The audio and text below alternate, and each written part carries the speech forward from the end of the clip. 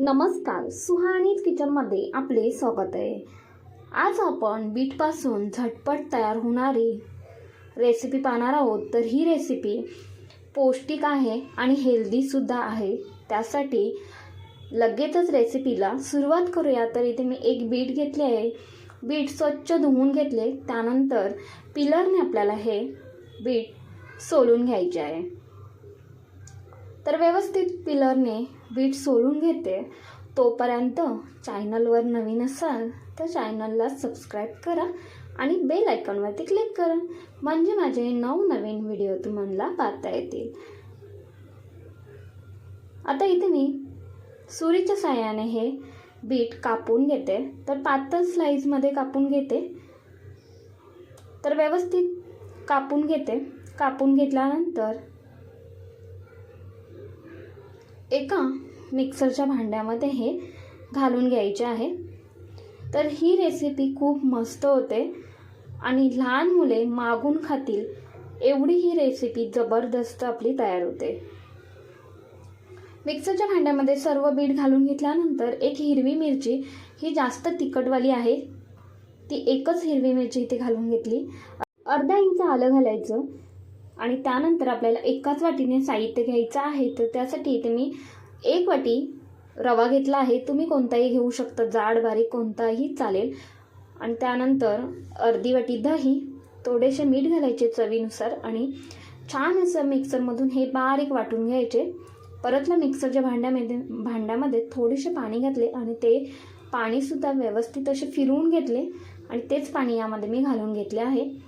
चम्मचने छान असे एकजीव करून घ्यायचे, मिक्स करून घ्यायचे। तर बॅटरची कन्सिस्टन्सी पाहताय तुम्ही, एकदम बरोबर आहे। आता हे 15 मिनिटभर बाजूला ठेवले होते। 15 मिनिटानंतर बॅटर थोडेसे घट्ट झाले आहे। तर त्यासाठी इथे मी 1 ते 2 चम्मचभर पाणी घालून घेतले आणि परतला हे बॅटर छान असे एकजीव करून घ्यायचे परतला। तर खरंच ही रेसिपी आहे ना, जबरदस्तच तयार होते आणि लहान मुले तर आवडीने खातील, न खाणारे सुद्धा मागून खातील एवढी ही रेसिपी मस्त होते। तर आता गॅसवरती पॅन गरम करायला ठेवले आणि त्यावरती हाताने पाणी अशा पद्धतीने शिंपडून घ्यायचे, टिश्यूने पुसून घेतले। गॅसचा फ्लेम मध्यम ठेवला आहे।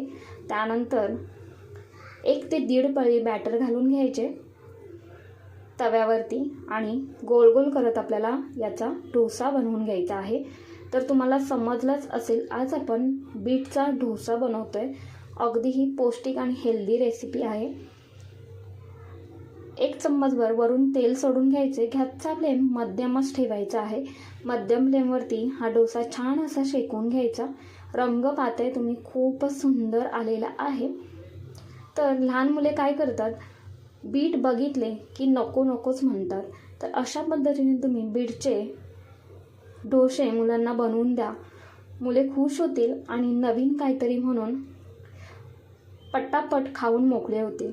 तर अशा पद्धतीने तुम्ही हा डोसा नक्कीच बनवून द्या। तर इथे पाहताय तुम्ही, जाळी खूप मस्त अशी आलेली आहे डोशाला। तर अशाच पद्धतीने इथे मी 2 डोसे बनवून घेतले आहेत आणि त्यासोबत चटणी किंवा तुम्ही दहीसुद्धा घेऊ शकता। तर इथे मी गोड दही घेतले आहे। माझ्या मुलीला गोड दही आणि बीटचे डोसे खूपच आवडतात। तर त्यामुळे अशाच पद्धतीने इथे मी दही घेतले आहे आणि बीटचे डोसे तयार करून घेतले आहेत। किती मस्त तयार झाले आहेत आणि जाळीसुद्धा खूप मस्त अशी आलेली आहे। तर अशाच पद्धतीने तुम्ही लहान मुलांना वेगवेगळ्या पद्धतीने, वेगवेगळ्या प्रकारे बीटचे डोसे किंवा बीटचं घावण करून द्या, म्हणजे मुलेसुद्धा खुश होतील आणि काहीतरी नवीन म्हणून ते पटकन खाऊन मोकळे होतील। तर अशा पद्धतीने तुम्ही सकाळच्या नाश्त्यासाठी किंवा तुम्ही त्यांना टिफिनसाठी अशा पद्धतीने बीटचा डोसा नक्कीच बनवून द्या। हेल्दी आणि पौष्टिक हे बीटचे डोसे आपले तयार झालेले आहेत। तर तुम्हाला ही रेसिपी कशी वाटली ते मला कमेंट्समध्ये नक्कीच कळवा। थोडी जरी आवडली असेल तर एक लाईक, शेअर, हाईप तसेच सुहानीज किचनला सबस्क्राईब करायला अजिबात विसरू नका। धन्यवाद।